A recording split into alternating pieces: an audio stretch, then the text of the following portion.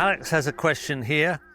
How can I tell the difference between a plant element that is advancing a succession when I chop and drop and a plant that is one of the problems I need to try and get ahead of? Well, there's different ways of looking at this, and I'm going to have to give you two different examples.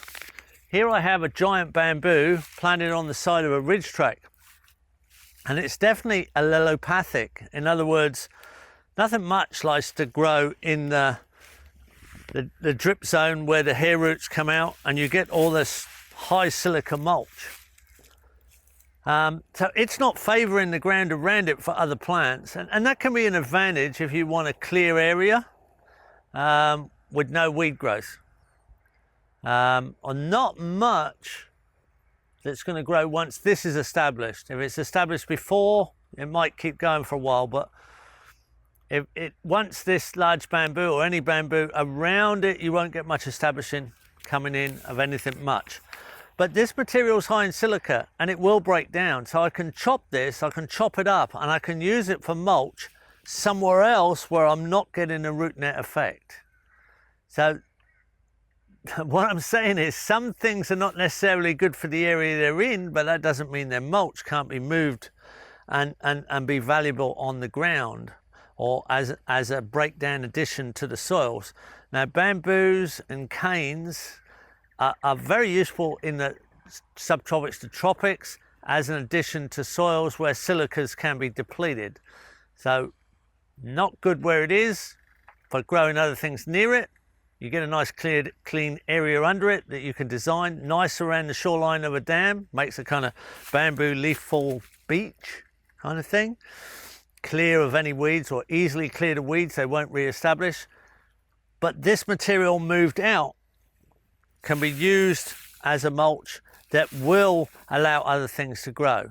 But what we need to do is go and have a look at an allelopathic element that is bad even as mulch until the fungi have got hold of it and broken its allelopathy. Here we have another element that's allelopathic. This is Camphor laurel. It's a large tree, and not much likes to grow underneath a Camphor laurel. They'll kind of dominate the landscape. They've been introduced to Australia and shared with all the schools in New South Wales and Queensland as a shade tree, and nothing grows underneath. That looked like a good idea for the children, creating clear ground. But it was allelopathy that created that cleared ground. They are a big glossy shade tree, but the local Australian pigeon eats the berries and flies off and manures it out, and it drops out in the subtropical zones of southeast Queensland and northern New South Wales and other places, other cooler subtropical areas of the world. You'll find Camphor laurel propagated by forest pigeons, and they put the seed out and it germinates, and cattle don't eat it.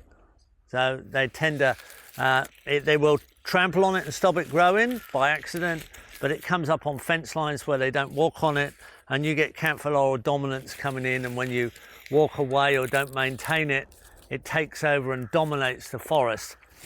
It's a strong camphor smell. It was used for making camphorwood chests, and also a natural penetrating massage oil. One of the deepest, fastest penetrating massage oils was made with camphor oil, but all of that's old-fashioned stuff. Now it's pretty rare that there are any factories. Taiwan, there might be a factory or two left where there was a big camphor laurel industry for camphor oil and camphor wood. It's a timber that only works inside. Outside it rots, but it has a strong allelopathy around when it's growing. But if you use this as mulch, it affects the seedlings, and you can see straight away that your vegetable seeds won't grow very well. If you add this to your compost, it slows down the compost action. If you add this in your compost toilet, the composted human manure with this as an addition of camphor sawdust, let's say, it slows down the germination of other elements around it. It's a definite growth retardant. Its life cycle here is about 120 years, and then the center dies out and the tree starts to rot from the middle, and then all of a sudden a massive amount of rainforest germination comes up under the camphor as it rots down. Because at that point, when it starts to break down and the fungus start to eat the tree, the allelopathy is broken.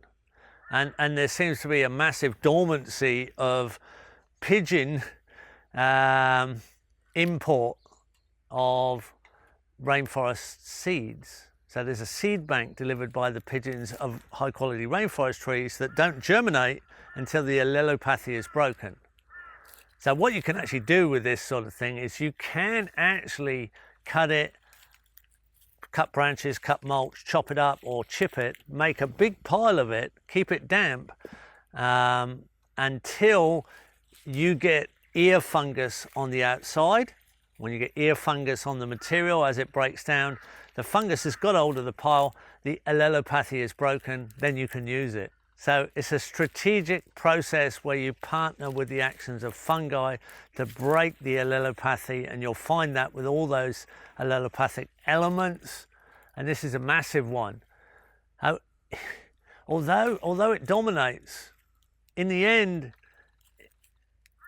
after 120 years, it allows a massive recruitment of rainforest. So if we're patient enough, we don't have a demand for use of the land. It's actually a long-term pioneer, although it has this allelopathic phase. So you'll find that with all of those types of elements. Just keep your eyes open, just see what happens. If you've got a lot of it, you can break the allelopathy with fungi, or you can just wait until the element goes through its successional cycle. But what will happen is it will burst then into high quality regrowth. And if that's what you want, that's fine. High quality regeneration of local with some novel components. If you want to break it quickly and put the land into use, then there are ways we can do it.